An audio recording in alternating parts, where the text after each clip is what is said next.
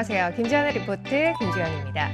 오늘도 11월의 마지막 주간이에요. 오늘도 지난주에 이어서 2026년 전망과 관련한 리포트들 주로 준비해봤습니다. 오늘 준비한 리포트들 일단 소개드릴게요. K-뷰티를 이끌었던 그 테마 안에 들어있는 화장품 업종에 대한 내년도 전망 담은 리포트 일단 살펴볼 거고요. 다시금 부활하는 흐름을 보였던 2차 전지 섹터와 관련한 내년도 전망 담은 리포트도 살펴보도록 하겠습니다. 인터넷 업종에 대한 의견 담은 리포트도 살펴볼 거고요. 마지막으로 이건 내년도 전망 리포트는 아닙니다만 최근에 미국 테크를 중심으로 시장의 변동성이 좀 커져 있는 상황이죠. 관련해서 어떤 부분 봐야 하는지에 대한 의견 담은 테마틱 레이더 보고서도 살펴보도록 하겠습니다. 자, 그럼 먼저 K-뷰티 그 테마 안에 묶이는 화장품 섹터 관련한 내년도 전망에 대한 의견 담은 리포트 보도록 할게요. 배송 애널리스트가 발간한 리포트이고요. 젠지픽에서 대중픽으로라는 제목을 달고 있습니다. 우선 배송 애널리스트는 이 현재의 K-뷰티에 대해서 코로나 이후에 아마존 그리고 틱톡 등을 중심으로 온라인 채널이 주도해온 흐름 안에서 성장의 그림을 그려왔다 이렇게 평가를 했는데요. 여전히 온라인은 중요합니다. 온라인에서의 성장 여력이 남아있는 가운데 대형사들 같은 경우는 이제는 온라인에서 확보한 레퍼런스를 바탕으로 해서 오프라인 진출을 본격화한다. 그러니까 젠지픽에서 대중픽이 중요해지는 쪽으로의 외연의 확장을 가져갈 것이다라는 이야기를 하고 있어요. 이를 통해서 양적 성장과 질적 성장을 동시에 가져갈 가능성이 높다라고 이야기를 하고 있습니다. 이 과정에서 이제 오프라인을 미리 선점했던 대형사들의 로에 쏠림은 생각보다 더 강해질 걸로 예상을 했고요. 다만 이 오프라인을 그러니까 온라인을 선점하고 오프라인까지 선점할 대형사들만 그러면 살아남겠는가라는 관점에서 봤을 때는 뭐 꼭 그렇지는 않다. 소형 인디 브랜드들에게도 기회가 있다라는 이야기를 함께 하고 있어요. 어떤 논리냐 하면 상위 브랜드들이 채널을 다각화하다 보니 기존 주력해왔던 온라인으로 쏠렸던 자원의 배분을 다른 플랫폼으로도 분배해서 가져갈 수밖에 없죠. 때문에 기존 온라인 채널에서 대형사들이 강하게 마케팅비를 쏟아부으면서 소형 인디 브랜드들에게는 기회가 없었다면 이제는 조금 숨쉴 구멍이 나올 수 있다라는 이야기를 하고 있는 거다라고 봐야 할 것 같아요. 그래서 상위 브랜드의 공격적 투자에 밀렸던 중소형 인디 브랜드들 입장에서는 온라인을 중심으로 해서 이제는 성과를 낼 수 있는 또 다른 기회장이 열릴 수 있다라는 이야기를 배송 애널리스트는 이 리포트에서 함께 담았습니다. 실제 최근에 ODM 오더가 늘어나고 있는 걸 통해서 중소 인디 브랜드들의 분위기가 살아나고 있음이 확인되고 있다라고 함께 이야기를 하기도 했어요. 결과적으로 상위 대형 브랜드들 그리고 소형 신규 인디 브랜드들 이렇게 해서 양극화되는 흐름을 가져갈 가능성이 높다라는 흐름으로 전략 관점에서도 이 같은 분위기를 잘 캐치해서 가져가야 한다라는 의견 함께 전하고 있습니다. 이제 이런 관점을 중심으로 해서 어떤 기업들을 좀 봐야 할까? 그러니까 탑픽은 뭘까라는 이야기를 드리면 미국을 중심으로 한 오프라인 그리고 디바이스 중심의 성장을 예상하는 APR 일단은 최선호주로 꼽았습니다. 목표가 30만 원 유지한다라고 밝혔고요.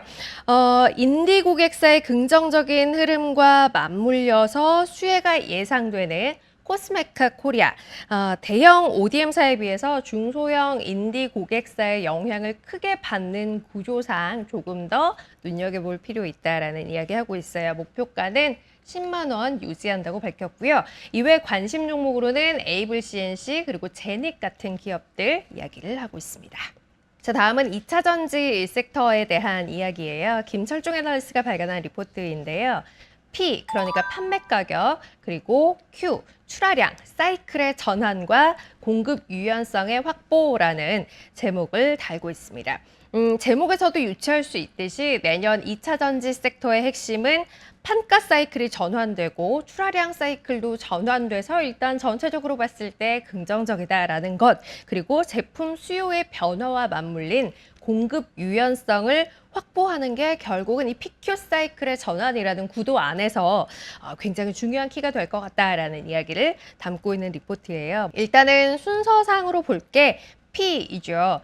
그러니까 가격의 사이클이 전환하고 있다라는 부분이에요. 사실 지난 3년여를 돌아보면 판매 가격 측면에서 쉽지 않은 이 부분이 있었습니다. 공급 과잉 심화에 따른 판매 가격 하락 사이클이 이어졌던, 그러니까 말하자면 부진의 구간이었다라고 설명할 수 있을 텐데요. 다만 이 공급 과잉을 유발했던 중국에서 반내권 정책, 그러니까 과잉 경쟁에 대한 저항을 골자로 한 정책이 시작되고 선발업체 중심의 구조조정 역시 진행 중인 상황입니다. 여기에 자원 민족주의가 심화하면서 2차 전지 관련 공급망이 훼손되는, 그로 인해서 공급이 좀 제한되는 흐름 역시도 가격에 긍정적인 영향을 주고 있고요. 한국 배터리셀 같은 경우는 킬로와트 시당 판매 가격이 높은 ESS 배터리의 믹스가 급격하게 상승하고 있다라는 부분 역시 전체 P, 그러니까 판매 가격의 사이클을 전환하는 데 힘을 싣는 요인들이다라고 이야기를 하고 있습니다. 다음은 이제 Q, 출하량 사이클인데요. 김철중 애널리스트는 이 Q의 다운 사이클에서도 현재 벗어나고 있다라는 이야기를 함께하고 있어요. 우선 글로벌 ESS 수요가 급증하고 있다는 건 이 시간을 통해서도 계속해서 언급드렸던 부분이고요. 유럽에서는 또 보조금 재개 그리고 환경 관련 규제 등에 따른 전기차 수요의 회복 역시 기대되고 있는 구간입니다. 여기에 한국 같은 경우는 이미 이 북미 전기차 배터리 비중이 낮아져 있는 상황이에요. 그래서 북미에서 배터리 전기차에 대한 보조금 지급이 중단되면서 보조금 지급을 덜 받게 되는 전기차에 대한 수요가 떨어지고, 그로 인해 배터리 관련한 매출도 줄어들게 되는 리스크는 우리나라 업체들 같은 경우는 굉장히 제한적이다라는 이야기 하고 있고요. 중장기로는 신규 수요처가 지속적으로 등장하고 있다라는 부분 역시 출하량 사이클이 다운 사이클에서 벗어나는 데 있어서 힘을 보태는 요인 가운데 하나다라고 이야기를 하고 있습니다. 다만 이렇게 전반적인 P와 Q 사이클이 다운 사이클에서 벗어나는 큰 그림 안에서도 사이클 전환을 주도적으로 가져갈 수 있는 업체가 어디가 될 것인가라는 부분을 판단하기 위해서 기준이 필요할 텐데요. 김철중 애널리스트는 이 부분에서 공급 유연성을 확보한 업체가 굉장히 중요하다라고 이야기를 하고 있어요. 그러니까 EV 배터리, 전기차 배터리에서 ESS 배터리 쪽으로 믹스 비중이 급격하게 쏠리는 와중에 이에 대응할 수 있는, 그러니까 수요의 변화에 유연하게 대응할 수 있는 공급의 유연성을 확보한 업체들에 대한 관심이 굉장히 중요하다라는 이야기를 하고 있는 겁니다.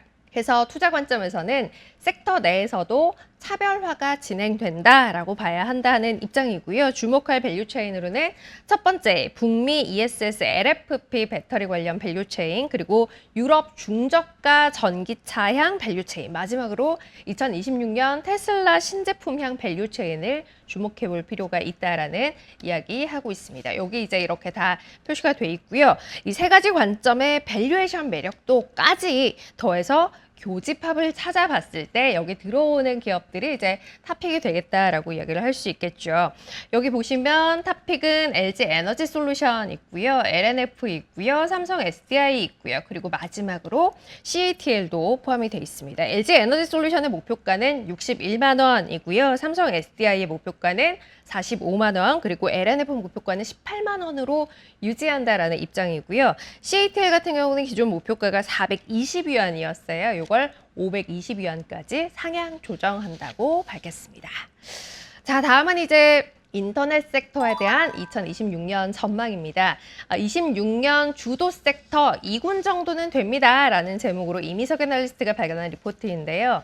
주도 섹터 1군까지는 아니더라도 2군 정도는 될 것 같다라는 이야기를 한 이미석 애널리스트는 이 인터넷 섹터 매출과 직결되는 가장 중요한 검색 쿼리와 체류 시간에 대해 기존의 걱정과 다른 흐름이 포착되고 있다는데 일단은 주목해야 한다라고 이야기를 했습니다.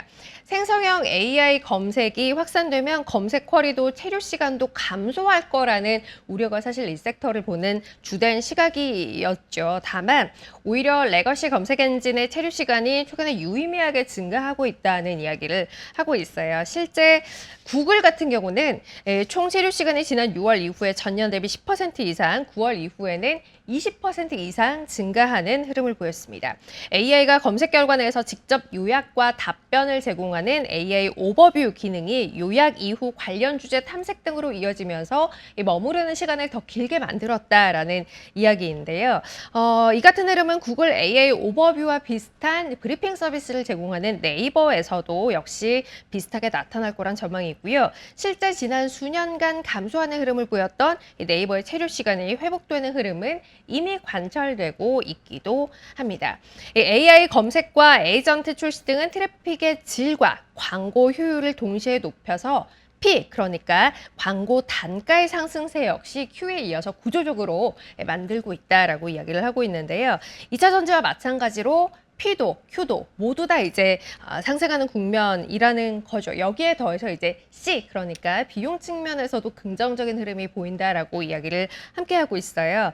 과거 인력 확충 중심의 성장 전략이 이 인터넷 기업들의 비용 증가로 이어졌다면 현재는 AI에 대한 활용이 높아지고 있다 보니 효율 중심의 경영 체제로 전환하고 있어서 네이버와 카카오 모두 매출 대비 인건비 비중이 내년에는 20% 내외로 낮아질 거다라고 이야기를 했습니다. P도 Q도 증가하고 C는 감소할 수 있는, 그러니까 긍정적인 흐름이 전반적으로 만들어지고 있는 구도 안에서 네이버와 카카오 이 두 종목을 바스켓으로 담아가는 전략은 여전히 유효하다라고 이야기하고 있고요. 탑픽으로는 역시 네이버를 꼽고 있습니다.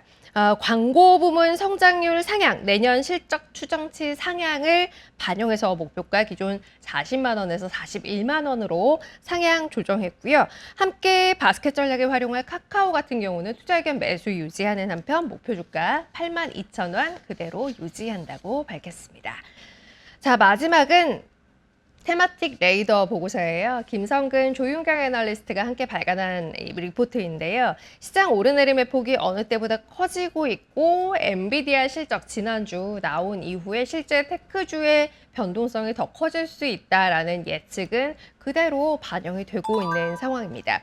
테크의 자금 조달 환경에도 주목이라는 테크주 내에서 이렇게 변동성이 커져 있을 때 뭘 봐야 할지에 대한 이야기를 담고 있는 리포트, 그래서 준비를 해봤는데요. 일단 엔비디아 이야기 했으니까 엔비디아 실적부터 보면 3분기 매출이 1년 사이에 62% 성장했다고 밝혔습니다. 시장 기대보다 좋았고 순이익 역시도 시장 기대를 웃도는 수준이었죠. 또 현재 진행되고 있는 분기의 순이익에 대한 그리고 매출에 대한 가이던스 역시 시장 예상치보다 더 좋은 수준으로, 그러니까 전반적으로 봤을 때 서프라이즈한 수준의 실적을 발표했습니다. 이를 통해서 AI용 칩이나 데이터 센터 수요에 대한 시장의 걱정은 일단은 좀 잠재웠다라고 평가할 수 있겠죠. 다만 그럼에도 불구하고 AI 수익성에 대한 우려는 완전히 가시지 않은 상황이고 때문에 그로 인한 시장의 변동성 역시 아직 살아있는 상황이다라고 봐야 할 것 같은데요. 보면 이제 어쨌든 AI 개발 기업들은 투자를 계속 늘려야만 하는 상황에 있죠. 그렇다 보니 부채 발행도 늘어날 수밖에 없고요. 때문에 자금 조달 환경이 어떻게 변화하는지를 관심 있게 볼 필요성이 있다라고 김성근 애널리스트는 짚었습니다. 실제 보면 지난 10월과 11월 두 달에 걸쳐서 메타와 알파벳 그리고 오라클과 아마존 모두 다 150억 달러에서 300억 달러 규모의 회사채를 발행하는 모습을 보였는데요. 이 과정에서 메타의 순부채는 플러스로 전환하는 모습을 보이기도 했고요. 오라클 순부채 역시 상승하고 있는 상황입니다. 회사채 스프레드도 상승세를 유지하고 있고요. 그래서 김성근 애널리스트는 선택과 집중이라는 테마에 조금 더 초점을 맞춰야 한다고 설명했고요. 이 관점에서 구체적으로는 마이크로소프트와 구글, 아마존, 그러니까 이 클라우드 3사에 집중해야 한다고 봤습니다. 이들 기업 같은 경우는 캐펙스 증가에도 불구하고 영업이익률을 방어할 가능성이 그에 대한 체력이 굉장히 높은 회사들이다라고 이야기를 했고요. 스프레드 기준으로 본 자금 조달 여력도 가장 양호하다라고 짚었어요. 마진을 높게 유지할 가능성이 높은 엔비디아도 역시 함께 볼 수 있을 만한 테크 기업으로 꼽았고요. 캐펙스로 인한 수익성 우려에서 상대적으로 좀 자유롭다라고 이야기할 수 있는 애플 역시 테크 내에서 유리해 보인다라고 설명을 했습니다. 자, 이렇게 해서 오늘 준비한 리포트들 모두 다 짚어봤습니다. 아직 2026년 전망과 관련해서 모든 리포트를 다 소개드린 게 아니에요. 특히 많이 관심 갖고 계시는 반도체 업종에 대한 리포트도 아직 소개드리지 않았는데요. 다음 시간 12월 첫 주에 다시 인사드리면서 그때 또 이 내용들 추려오도록 하겠습니다. 그럼 좋은 한 주 보내세요.